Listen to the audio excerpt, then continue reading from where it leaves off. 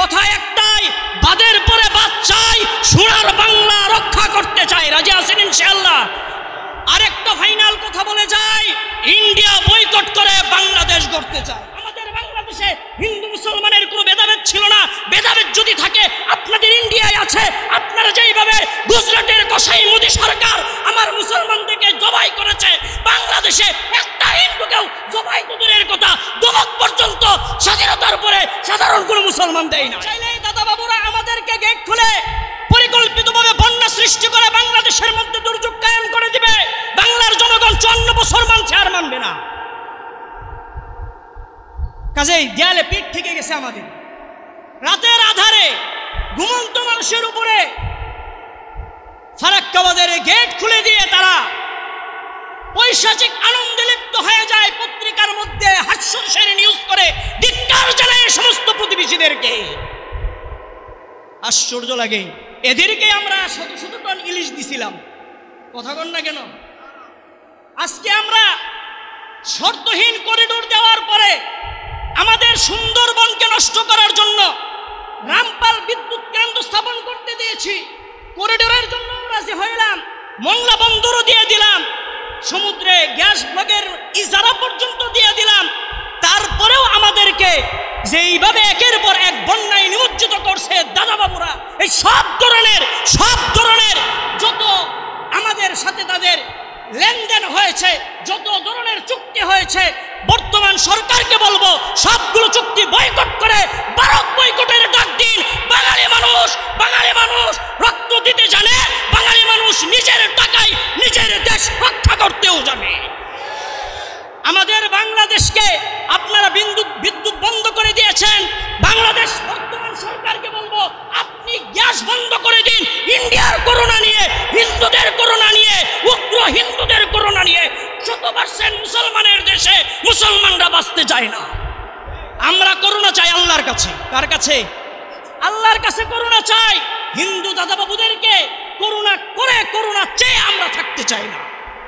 যারা করোনা চেয়ে থাকতে চেয়েছে আল্লাহ তাদের পতন ঘটিয়েছে। কথা বলেন না কেন? এই জন্য মেরে মুহতারাম ভাইও মুখ খুলতে হবে, সবাই সবার জায়গা থেকে মুখ খুলতে হবে। প্রয়োজনে প্রত্যেকটা বাদের পরে বাংলাদেশও বাদ দিবে। 3 বেলার জায়গায় 2 বেলা খাবো, আমরা ট্যাক্স বাড়িয়ে দিব, বাঁধ নির্মাণের জন্য সাধ্য অনুযায়ী শ্রম দিব, অর্থ দিব, পরামর্শ দিব। কারা কারা রাজি আছেন হাতগুলো দেখতে চাই। রাজি আছেন তো ইনশাআল্লাহ? আমাদের বাংলাদেশে হিন্দু মুসলমানের কোনো ভেদাভেদ ছিল না। ভেদাভেদ যদি থাকে আপনাদের ইন্ডিয়ায় আছে। আপনারা যেইভাবে গুজরাটের কসাই মোদী সরকার আমার মুসলমানদেরকে জবাই করেছে, বাংলাদেশে একটা হিন্দুকেও জবাই তো দূরের কথা, দমক পর্যন্ত স্বাধীনতার পরে সাধারণ কোনো মুসলমান দেয় নাই। কথা বলেন? দেওয়া হয়েছে? আমাদের এলাকায় যারা হিন্দু আছে কোনদিন তাদেরকে উচ্ছেদ করেছি? কিন্তু আজকে খবর নিয়ে দেখেন, যারা সংখ্যালঘুদের দোহাই দেখায় তারাই আমাদের মুসলিমদেরকে ইন্ডিয়ায় নির্যাতন করছে। কাজেই আর এত অ্যাডভার্টাইজের দরকার নাই। কথা একটাই, বাদের পরে বাদ চাই, সোনার বাংলা রক্ষা করতে চাই। রাজি আছেন ইনশাআল্লাহ? আরেকটা ফাইনাল কথা বলে যাই, ইন্ডিয়া বয়কট করে বাংলাদেশ গড়তে চায়। রাজি আছেন ইনশাআল্লাহ? ইন্ডিয়াকে বয়কট করে দেব। আমাদেরকে আপনারা একের পর এক পানির মধ্যে বসায় দিবেন। কত অসহায় আমাদের কি একটা অবস্থা চিন্তা করেন। গতকালকে এক মহিলা চিৎকার করে বলতেছিল পানির মধ্যে, আমার 9 মাসের একটা বাচ্চা পেটের মধ্যে, আমাকে বাঁচান। 9 মাসের বাচ্চা বাঁচানো যায় না, সে মারা গিয়েছে। আপনারা দেখেছেন ফেসবুকে অনেক নিষ্পাপ শিশুদের কত তির্যক চাহনি, হাজারো বাঙালির হৃদয়ে রক্তক্ষরণ হয়েছে। রাতের আধারে কোনো নোটিশ ছাড়া আপনারা যেই পানির গেট খুলে দিয়েছেন, এই নারকীয়তা। প্রয়োজনে বাংলাদেশ বর্তমান সরকারকে বলবো আন্তর্জাতিক অপরাধ ট্রাইব্যুনালে মামলা করেন। আন্তর্জাতিক অপরাধ ট্রাইব্যুনালে মামলা করেন। আন্তর্জাতিক আইন হলো আন্তনদীর বাঁধ যারা দিবে, এই বাঁধের মধ্যে অবশ্যই পার্শ্ববর্তী দেশের অনুমতি নিতে হবে। মোদী সরকার, ইন্ডিয়া সরকার যেই 30টা বাদ দিয়েছে, বাংলাদেশের সাথে একটারও অনুমতি নেওয়া হয় নাই। কথা কন না কেন? একটারও অনুমতি নেওয়া হয় নাই। আন্তর্জাতিক আইন লঙ্ঘন করার কারণে বর্তমান সরকারকে অনুরোধ করব, ইন্ডিয়া সরকারের বিরুদ্ধে মানবতা বিরোধী হত্যা, গণহত্যা, যেই পরিকল্পিত দুর্যোগ, বন্যা, কায়েমের অপরাধে আন্তর্জাতিক ট্রাইব্যুনালে মামলা করুন। প্রয়োজনে বাংলাদেশে 18 কোটি মুসলমান, 18 কোটি মানুষ প্রত্যেকে গণস্বাক্ষর দিবে এই মামলার বাদী হওয়ার জন্য। রাজি আছেন ইনশাআল্লাহ?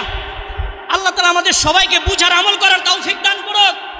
আজকে সারা বাংলাদেশে যত জায়গায় বন্যা হচ্ছে, এদের পাশে আমাদের দাঁড়ানো উচিত আছে কিনা? এই জন্য যে বা যারা এই কাজ করতেছে প্রত্যেকেই চেষ্টা করব নিজেদের সাধ্য অনুযায়ী হয়তো শ্রম দিব অথবা অর্থ দিয়ে সহযোগিতা করব। ঠিক আছে ইনশাআল্লাহ? প্রত্যেক এলাকায় টাকা উঠানো হচ্ছে, যেখানেই উঠানো হবে সেখানে আমরা দিয়ে দিব। প্রয়োজনে নির্ভরযোগ্য যারা আছে, যেমন আসুন্নাহ ফাউন্ডেশন আছে, নির্ভরযোগ্য একটা জায়গা, প্রয়োজন আমরা আসুন্নাহ ফাউন্ডেশনে, ওইখানে ওদের ওয়েবসাইটে নাম্বার দেওয়া আছে, বিকাশ, নগদ, আমাদের 10 টাকা সামর্থ্য হয় 10 টাকা দিব। ঠিক আছে তো ইনশাআল্লাহ? আমরা যে সম্প্রীতির বাংলাদেশ সেটা আমরা দেখাবো ইনশাআল্লাহ। সবাই পাশে দাঁড়াবো তো, বন্যার্ত মানুষের পাশে দাঁড়াবো তো ইনশাআল্লাহ। কারা কারা দাঁড়াবো? আল্লাহ সবাইকে, এক মুসলমান এক ভাই আরেক ভাইয়ের পাশে দাঁড়ানোর তৌফিক দান করুক।